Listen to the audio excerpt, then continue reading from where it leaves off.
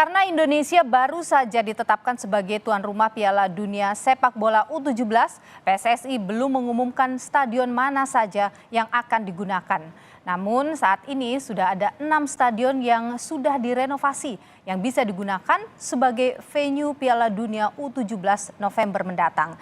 6 stadion ini sebelumnya disiapkan untuk Piala Dunia U20 yang batal digelar.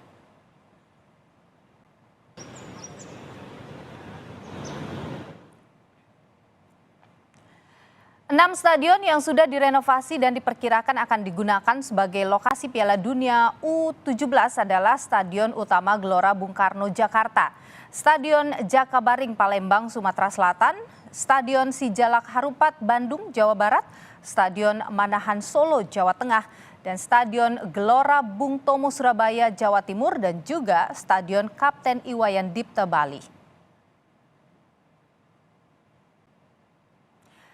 Pembukaan Piala Dunia U17 kemungkinan tidak digelar di Stadion Utama Gelora Bung Karno Jakarta karena jadwal penyelenggaraan Piala Dunia U17 bertabrakan dengan jadwal konser band Coldplay.